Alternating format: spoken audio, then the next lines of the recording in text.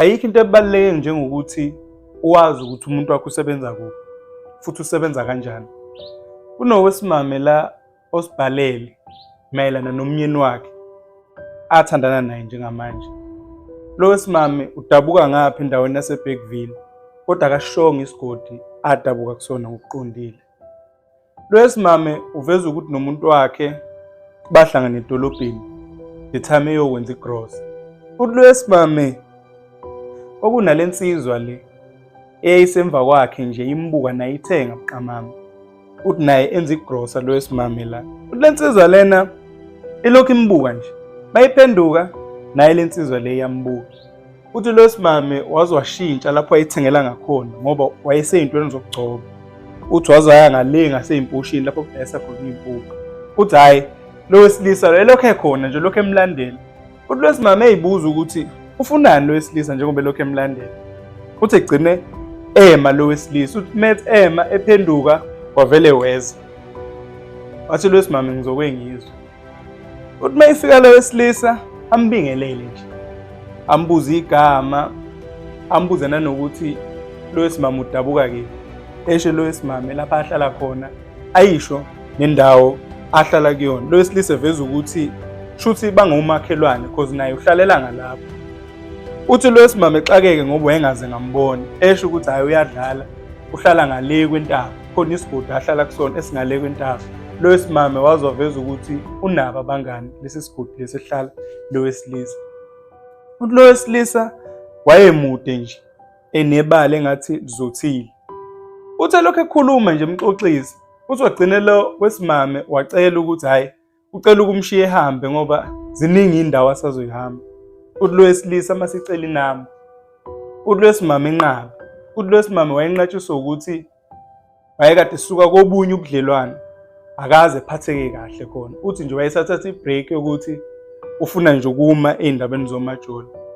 Uthi lo wesilisa ngamlwisi. Uthi into lo wesimame wayenanga lo wesilisa ukuthi wayewumuntu engathi ufundiswe kahle, ufundiswe ngenhlonipho.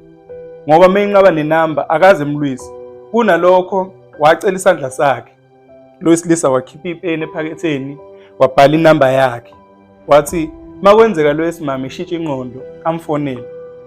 Lo wesimame uthi hayi wayengenankinga nje na wayengafune nje kujola futhi wayengenandaba nje naye. Yabona nje indaba ephathelene nomjolo nje nokuthandana uthi wayesamile ngenxa yokuthi le relationship asuka kuyona yayimhlukumeze kakhulu esathathe nje ibreak. Lo wesimame nje engayicabanga ngisho ukuyicabanga lento le ndaba yale namba. Futhi efike ekhaya ezenzele nje eminye imisebenzi egeza izitsha ezenzele nje eminye imisebenzi yakhona egcekeni. Uthi mayigeza izitsha le namba isuke futhi engabunandaba. Uthi kuphela inyanga nje.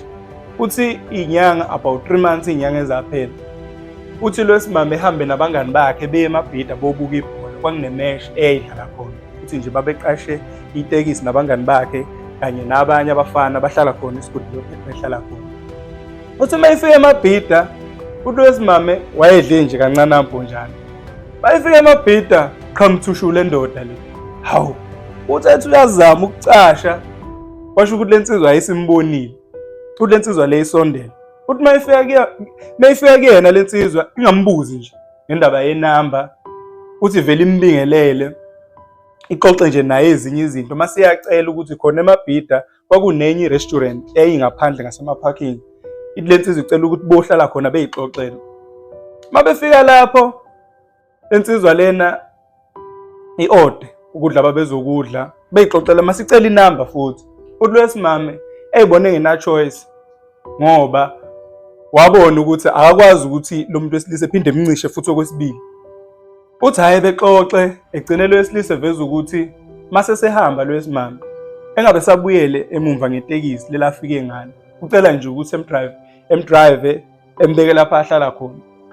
Uthi hayi evume lo wesimame. Uthi nje imatch iqhubeke beze behamba. Uthi njengoba be-exchange amanamba eqale phone lo wesilisa eqale lokho emfonela befonelana gcine sebethandana. Uthi uthando labo laluluhle ngenxa ukuthi lo wesilisa wayebonakala ukuthi uyakwazi ukuphatha umuntu wesimame. Uthi nje wayemkhipha emenzela yonke into ekhombisa ukuthi lo wesilisa umuntu osebenza kahle.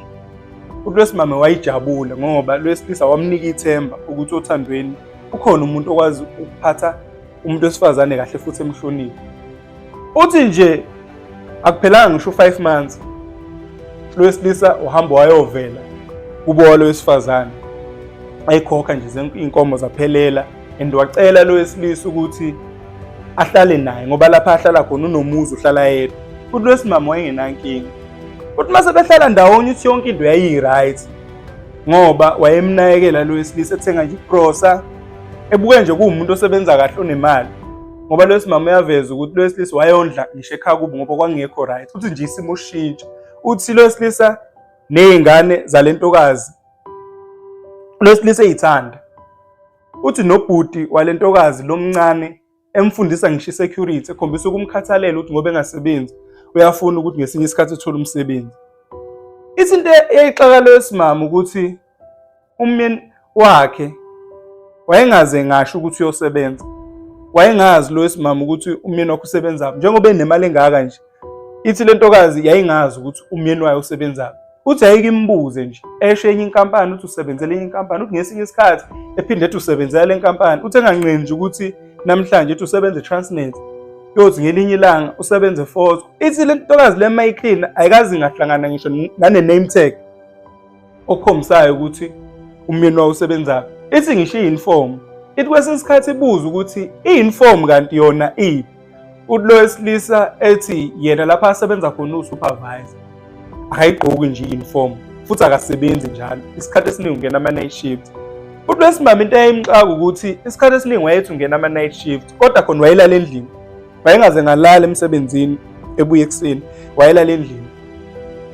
Uthi lo wesilisa lona into wayenza ukuthi wayehamba nabangani bakhe bebuye ebusuku, kwesinye isikhathi ehambe ethi emsebenzini kodwa futhi ebuye ebusuku around 11-12 ethi usebuye emsebenzini. Uthi lo wesimame lento yayimxaka. So makuhamba isikhathi lo wesimame eyibuza ukuthi mawukuthi uyasebenza pho yini ngaze ngabona nje nanoza kwabasebenza nabo ukukhombisa ukuthi uyasebenza, akaze ngambona nje nomuntu oyedwa asebenza naye efike ezombheka ukukhombisa ukuthi bakhona abanye abantu asebenza nabo.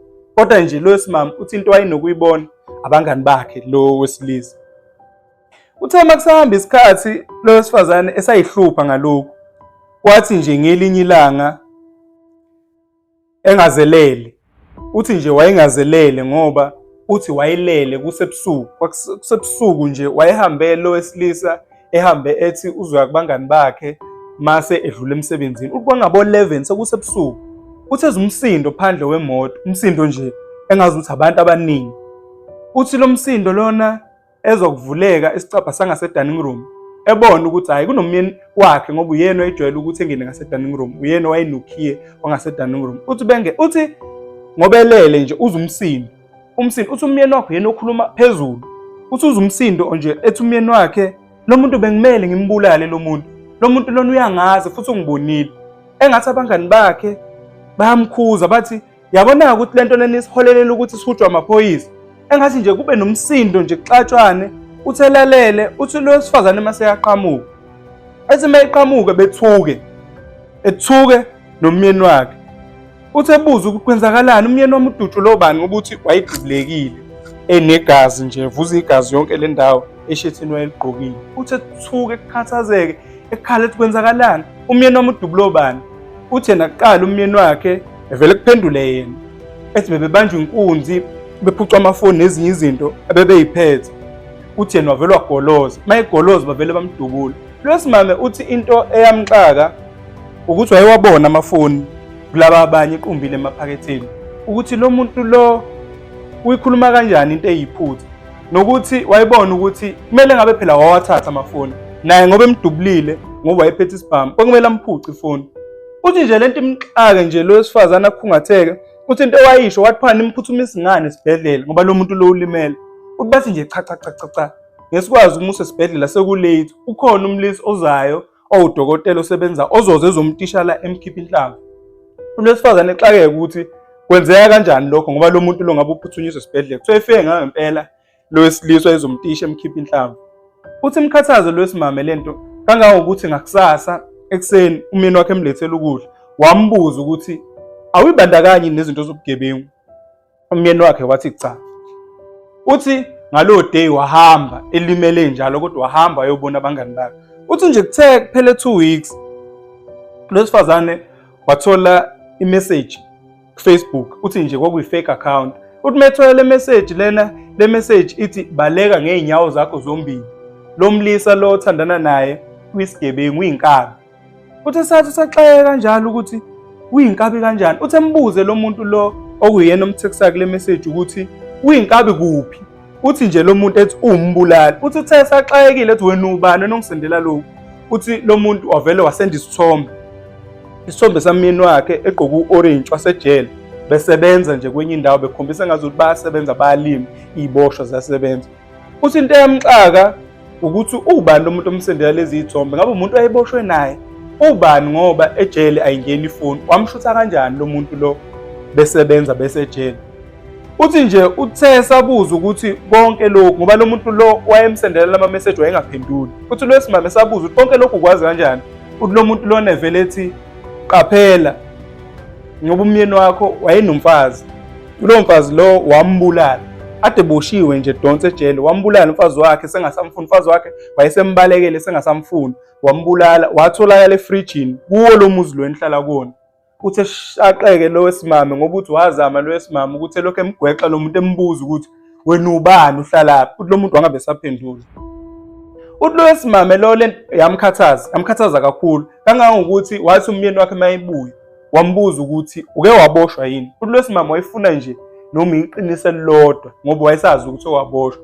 Uthi nje wesilisa wavele wathi akaze ngiboshwe. Uthi wabona ukuthi lo wesilisa engathi umuntu onamanga ngoba zonke iy'nkomba zikhomba ukuthi uyisigebengu. Lo wesimame uveza ukuthi wakwathola ngisho ishethi edrawini, ishethi lakhe lo wesilisa linegazi. Uthi methi uyabuza, wathi mayethi uyabuza nje ukuthi leli ishethi waye linegazi, lo wesilisa waveza ukuthi wathatheleka nje phezulu ngomunye uday eceliwe ukuthi ahambe ohlinza inkomo. Mfowabo lo omunye omncane wayekade becelwe naye ukuthi abahambe bohlinza inkomo, so lase liyangcola leli shethi wagcina nje elifaka edrawini anganakanga.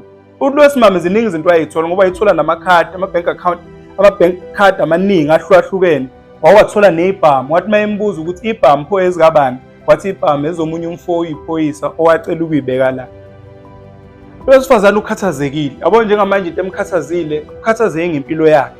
Ukhathazeke ngokuthi nawe uzothi uyambalekela embulale njengomfazi wakhe lo owambulala wamfaka efrijini.